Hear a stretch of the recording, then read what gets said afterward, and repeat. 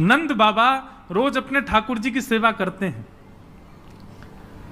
और महाराज वर्णन ऐसो करें हमारे ब्रजवासी, बोले नंद बाबा की सेवा में शालिग्राम भगवान है। नंद बाबा शालिग्राम की सेवा करें और सेवा करके शालिग्राम भगवान को टांड समझते हैं। टांड आप लोग जानते हैं कि नहीं पता नहीं, अब घरों में नहीं होती, पुराने घरों में टांड होती थी। टांड बोलते हैं एक घर के कमरे में ऊपर एक छज्जा सा बनवा देते थे, उसमें सारा स्टोर रखा जाता, सब जरूरी सामान। नंद बाबा क्या करते हैं, पंचामृत से अभिषेक करा करके ठाकुर जी को शुद्ध जल से अभिषेक करके इत्र उत्र लगा के तिलक फोटा चुपका के बढ़िया आरती करके और फिर शालिग्राम भगवान को टांड पे धरते हैं ऊपर। बोले क्यों?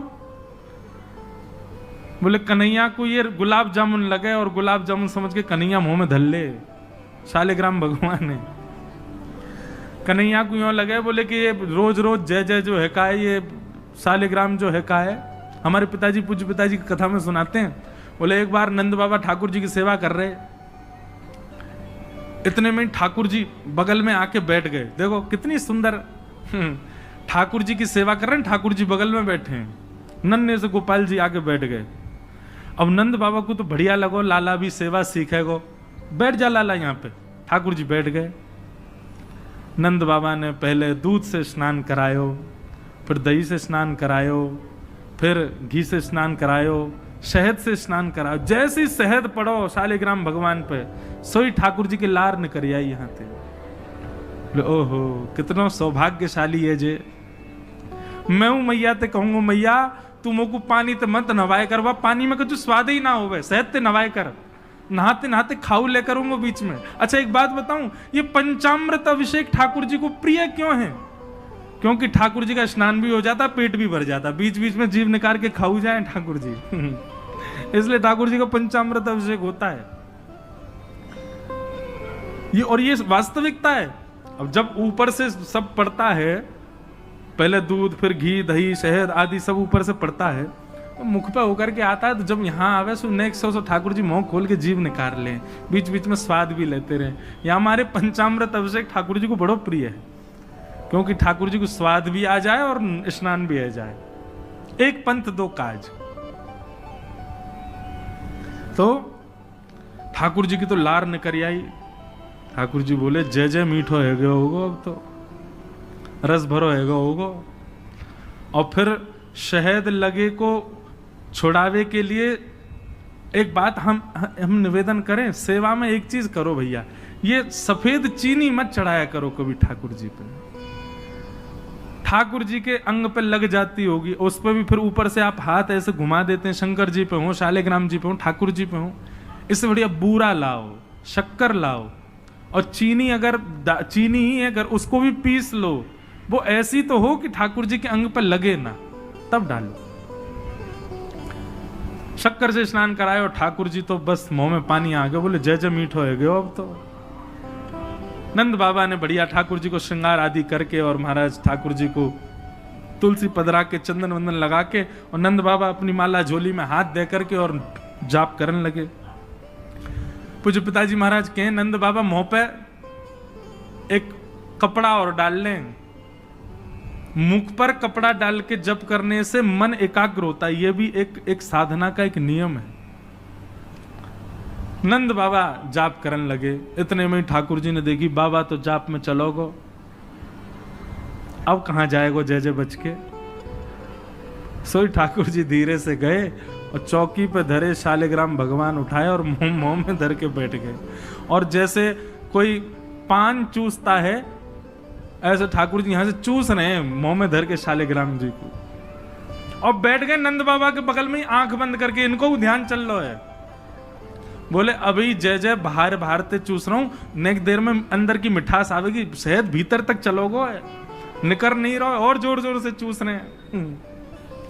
इतने में बाबा की माला पूरी है।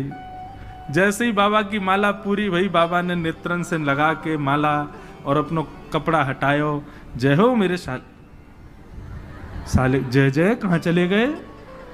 अब तो ढूंढे, पुष्प पुष्प उठा के सब देखी, ठाकुर जी है ही ना वहां पे।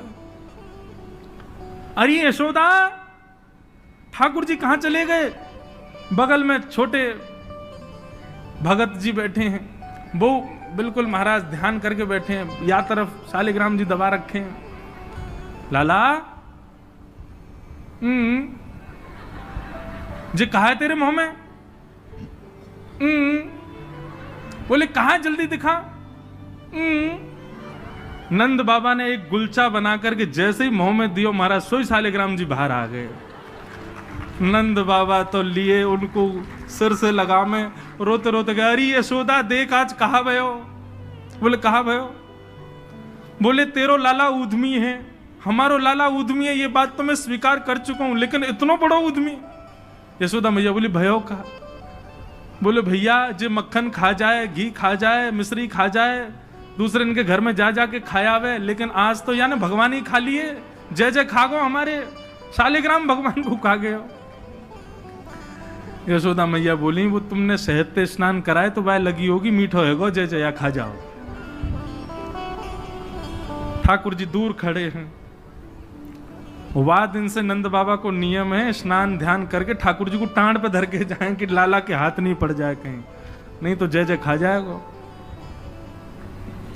ऐसी ठाकुर जी की मधुर लीला, इतनी भाव में लीला ठाकुर जी की चल रही है कि सब रीझ जाते हैं। बंधुओं कभी कभी तो इन लीला को सुन करके, कह करके और अनुभव करके तो नेत्र सजल हो जाते हैं।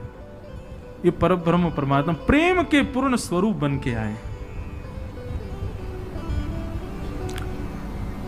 आहा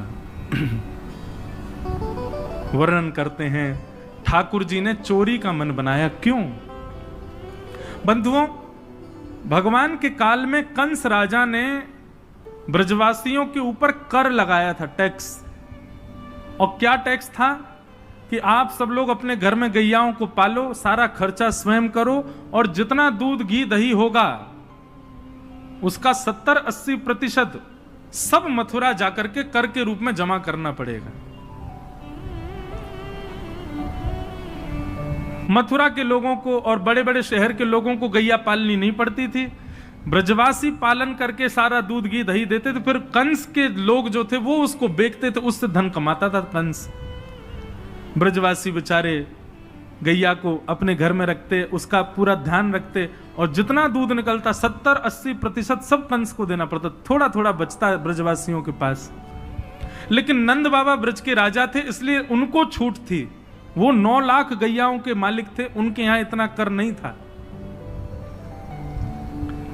एक दिन ठाकुर जी सब ग्वाल बालों के संग खेल रहे थे, खेल खेल में ग्वाल बाल ने गिर गए तो रोने लगे। ठाकुर जी बोले अरे तुम दूध घी दही खावे वारे, ऐसे कब गिर जाओ? ठाकुर सब बोले लाला तू खावे दूध घी दही, हमें तो खावे कोई ना मिले, हफ्ता में एक बार मिले बस। क्यों? बोले सब कंस के यहां जमा करवाना पड़े। तब ठाकुर जी ने मन बनाया कि भैया ये दूध घी दही हमारो धन है और ये साक्षात अमृत है, ये राक्षस के पास नहीं जाना चाहिए। सब ने कही लाला कौन मारेगो, तेरी बात है कोई ना मानेगो, नेक्स्ट हो तू 3.5 बरस को तेरी बातन को कौन मानेगो। ठाकुर जी बोले बड़े है कि तो सबन को माननी पड़ेगी, लेकिन अभी से मुंह को रोक तो करनी पड़ेगी, तो क्या करें? तो बोले अभी बाल अवस्था है, राजी राजी नहीं मानते तो चोरी करके मानेंगे।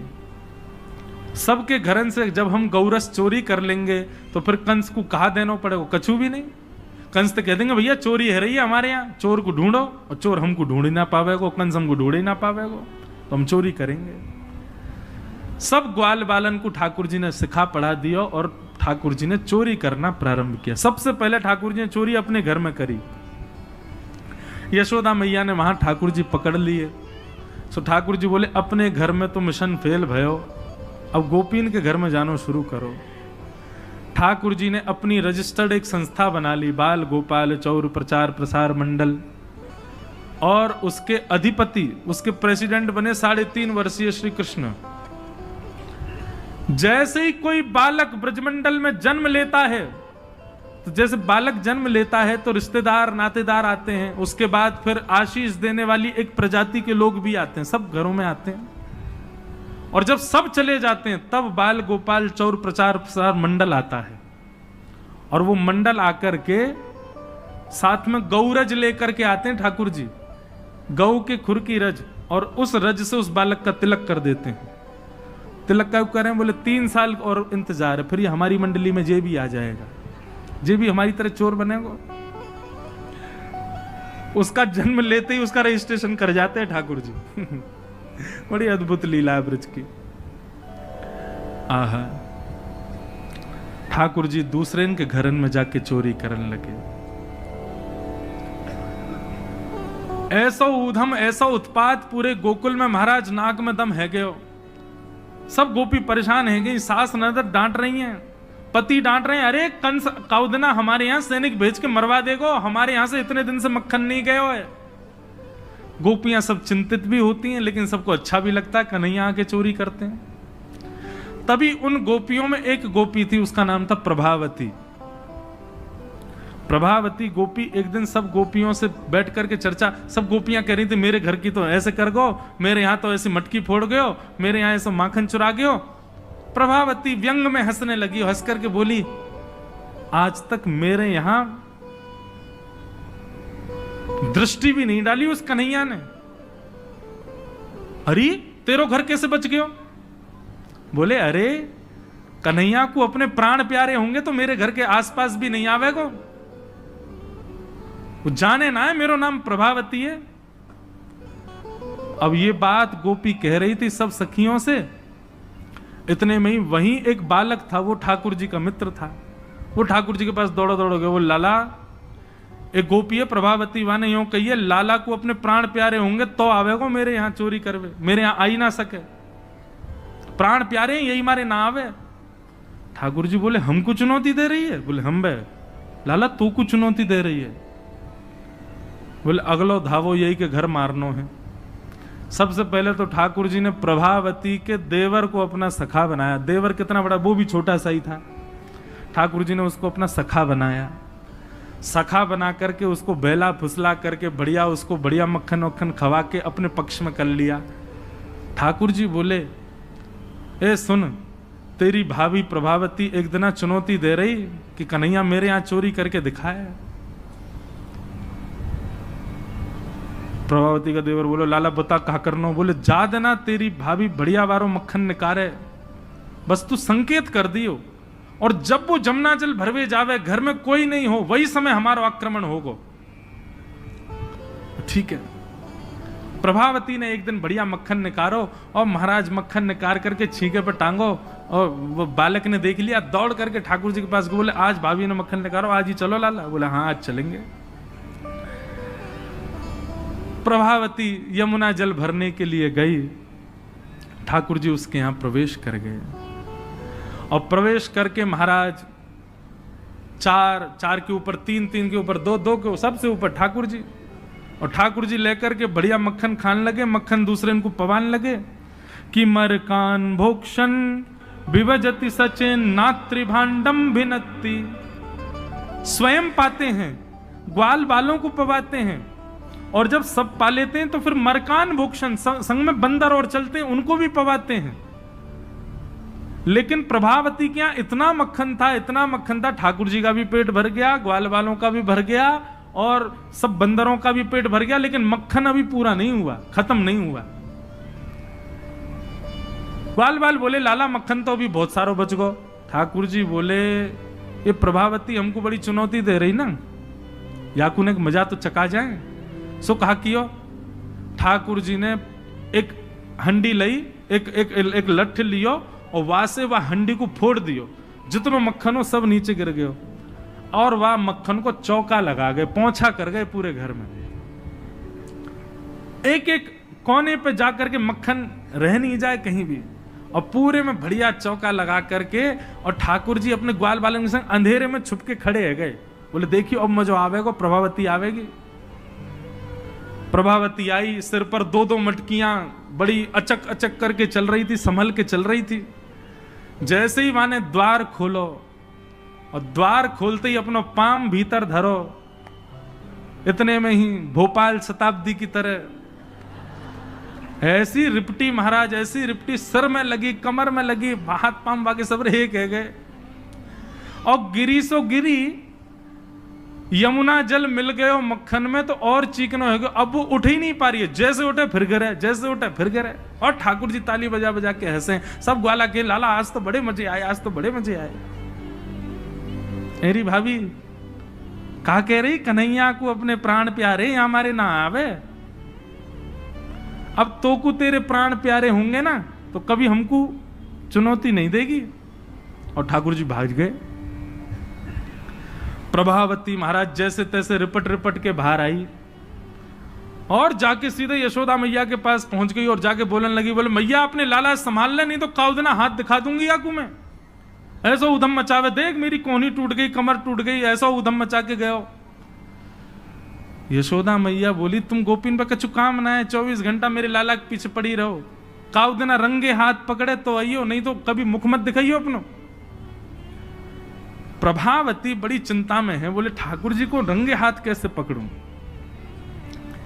इतने में यानी विचार कियो कि मेरो जो देवर है वो लाला के संग बहुत ज्यादा रहवे, तो यार देवर को पहले अपने पक्ष में करो। ये देवर कभी ठाकुर जी के पक्ष में जा रहा हो, कभी प्रभावती के पक्ष में। प्रभावती ने एक दिन वाकु दिखाते भय मक्खन निकारो, आज तो धोरी गैया को मक्खन है, इतना मधुर मक्खन है, और यहाँ से तो आज मैं शाम को बढ़िया रोटी बनाऊंगी, घी बना करके सबको पवाऊंगी, अब बढ़िया मक्खन निकारो। देवर ने देख लिया और जाकर के सीधे पहुंचो लाला के पास, बोले लाला भाभी ने आज धोरी गैया को मक्खन बनाया। ग्वाल बाल सब बोले लाला वहीं चल, बात ना बड़े मजे आए वहां पे, आज फिर चल रहे प्रभावती के यहाँ। ठाकुर जी बोले चलो। अब प्रभावती ऐसा दिखा करके गई कि वो जमुना जल भरने चली गई है। ठाकुर जी ने देख लिया प्रभावती जमुना जल भरवे गई है, लेकिन जैसे ही ठाकुर जी वाके घर की ओर भागे, प्रभावती दौड़ करके पीछे के द्वार से गई और खिड़की में होके भीतर घर में आ गई और चुपचाप खड़ी हो गई अंधेरे में, हाथ में बड़ा डंडा लेकर के। ठाकुर जी आए, ठाकुर जी ने आकर के जैसे महाराज 4 3 2 1 ऊपर चढ़े, चोरी करना प्रारंभ कियो। ठाकुर जी जब पूर्ण रूपेण व्यस्त हो गए चोरी में, तब प्रभावती अपना डंडा लेकर के निकली। दारी क्यों तुम्हें बताऊं। और जैसे प्रभावती आई महाराज नीचे वाले सबसे पहले भागे, और नीचे वाले भागे तो ऊपर वाले सब गिर गए, ठाकुर जी लटक गए ऊपर। अब बाकी के सब तो वहां से भाज गए, ठाकुर जी रह गए। अब नीचे प्रभावती खड़ी है, आजा लाला तो बताऊं मैं, प्राण प्यारे देख देख देख प्रभावती तू सही ना कर रही है, तू जाने ना है मैं जय जय हूं। बोले तेरी जय जय तो मैं नकारूंगी, नीचे आ पहले तू। जैसे तैसे करके ठाकुर जी नीचे उतरे। प्रभावती बोले देख तुम तो को मुंह पे दया ना आवे, मैं कितनो सीधो साधो भोरो सो प्यारो सो, देख मैं तू वचन दूं आज के बाद नहीं आऊंगा तेरे घर, तू अब कछु मत करे, तू मुंह को मारे मत। बोले ना ना मारूंगी ना लाला, इतना कोमल सो मेरो लाला, वाकू कैसे मार सकूं मैं। ठाकुर जी बोले हाँ जी तो मैं मारी हूं मत। बोले मारूंगी ना तो को पकड़ के यशोदा को दे के आऊंगी आज मैं, वो बतावेगी तो। बोले या तो बढ़िया तो तू मार ले मोह, लेकिन यशोदा मैया के पास मत ले जा, ऐसा मत करे। बोले ना आज तो तू यशोदा ही बतावेगी तो। और ठाकुर जी को हाथ पकड़ करके महाराज प्रभावती पूरे गोकुल में हल्ला करती भाई जा रही है, और घूंघट करके, घूंघट पकड़ रखो एक हाथ से, दूसरे हाथ से ठाकुर जी पकड़ रखे, और सबरे गोकुल में हल्ला। देख लो रे सबरे गोकुल वासियों, जे नंद जी को लाला, यशोदा मैया को छोरा, ये घर घर जाके चोरी करे। यशोदा मैया कह रही रंगे हाथ पकड़ो तो बताइयो, आज पकड़ लियो या को ठिकाने लगाऊंगी मैं। ठाकुर जी बोले ये तो भैया बड़ी निंदा है रही हमारी। इतने में ही ठाकुर जी बोले ए प्रभावती कहा बात है। बोले देखते ना इतनी जोर से मेरो हाथ पकड़ रखो, मेरो हाथ नीलो पड़ गयो, रक्त पूरा रुक गयो है, तू इतनी जोर से मत पकड़े, तू एक काम कर मेरो जे हाथ छोड़ दे दूसरा हाथ पकड़ ले। प्रभुवती बोले नहीं तू भाग जाएगा, तेरी सौगंध खा के कह रहा हूं मैं नहीं भागूंगा, तू मेरो एक हाथ छोड़ दूसरा पकड़ ले। प्रभावती चलती जा रही है और चलते चलते माने 3.5 वर्ष के छोटे से ठाकुर जी चलते चलते माने जैसे मन बनायो कि हाथ दूसरा लाऊं, ठाकुर जी ने पीछे चल रहे ग्वाल बालन में प्रभावती के देवर को इशारा क्यों यहां पे आ, वो ठाकुर जी की उम्र को ही है। ठाकुर जी ने वाको हाथ पकड़ लियो, प्रभावती अब देख तू मेरा दूसरा हाथ पकड़, जल्दी कर। प्रभावती चलते चलते बोली ला दूसरा हाथ दे। दूसरे हाथ के चक्कर में ठाकुर जी ने बुआ के देवर को हाथ पकड़ा दिया और पकड़ा करके ठाकुर जी गली मोहल्ला कूचेन में कूदते भय सीधे नंद भवन पहुंच गए और हाथ पाम धो के सीधे यशोदा मैया की गोद में, मैया इस सबरी गोपी मेरे पीछे काहे को पड़ी रहे? अरे मेरो लाला बड़ो मलूक है, हमारे पीछे पड़ी रहे। मैया रोज कोई गोपी आ जाए, मुंह को तो लगे आज भी कोई गोपी आवेगी तो उसे शिकायत करवे। मैया बोली आन देदारी के मैं बताऊंगी। हाँ मैया तू मुंह को अपना दूध पिला दे। और ठाकुर जी तो इतने लाड़ प्यार में आ गए, मैया गोद में बैठ के दूध पीने लगे। इतने में ही प्रभावती आई, देख यशोदा मैया तू कह रही कि अपने लाला को रंगे हाथ पकड़ के लाई, आज देख तेरा लाला पकड़ के लाई हूं मैं। ठाकुर जी बोले देख ले मैया मैं तो कह रहा हूं ना कोई गोपी आ रही होगी, आ गई। मैया तू एक काम कर दे। बोले कहा मैं तू और बाबा हम तीनों कहीं और ही चले जाएं, ये गोपी हमको जीन ना दे रही है। इनको यूं लगे कि तेरो लाला इतना सुंदर काईकू है, ये चिढ़ के मारे आ जाए रोज। मैया बोली लाला तू पीछे खड़ो रहे यार, गोपी है तो मैं देख के आऊं। मैया नीचे गई, का बात है क्यों चिल्ला रही है? घूंघट में देख तेरो लाला आज रंगे हाथ पकड़ो। मैंने तो याकू कुछ नहीं कही है, लेकिन तेरे हवाले छोड़ के जा रही हूं। मैया यार सबक सिखाइयो आज। मैया बोली कौन है? बोले तेरो लाला। बोले देख तो सही कौन है। प्रभावती ने घूंघट उठा के देखो तो वही के देवर को हाथ। प्रभावती बंदर तू कहां से आया? भाज गयो। अब तो यशोदा मैया ने खूब सुनाई। बोले नहीं नहीं मैया मैंने तुम्हारे लाला ही पकड़ो। बोले तू झूठ बोले, मेरो लाला तो अभी दूध पी रहा मेरी गोदी में बैठ के। कन्हैया इतने में ठाकुर जी आए भी तो, हाँ मैया कहा कर रहे हो तू? मैया मैं तो तेरी गोद में बैठो दूध पी रहा। मैया ये सबरी गोपी मेरे पीछे पड़ी रहे, मैं कहा बताऊं इन लोगन की तो ऐसी आदत है गई है, और ये प्रभावती तो सबसे ज्यादा। मैया ने खूब डांटी। प्रभावती बोले ये हुआ कैसे? प्रभावती बोले अच्छा मैया क्षमा कर दो मैं जाऊं। प्रभावती चली गई। ठाकुर जी बोले मैया मैं 2 मिनट में आऊं, अभी इन्हें सखांत में ले आऊं। जैसे ही प्रभावती ने दूर पहुंची सो ठाकुर जी आए आगे से और प्रभावती के आगे आगे खड़े हो गए। तो कहो जी कैसी रही आज? प्रभावती बोली तेने ही कियो कैसे? बोले मैंने कैसे कियो वो मत पूछे, लेकिन मैं तू को चुनौती देवे आया हूं। आज तेने मेरो हाथ पकड़ो तो मैंने अपनो हाथ देवर में बदल दियो। कल को अगर तेने मुझे पकड़ो तो तेरो हाथ मेरो हाथ खसम में बदल जाएगा, देवर से तेरे पति को हाथ आ जाएगा हाथ में। तू जाने ना नंद जी को लाला हूं मैं। प्रभावती इतनी लज्जा की हो गई कि फिर वो कितने दिन तक बाहर नहीं आई अपने कक्ष से, भवन से।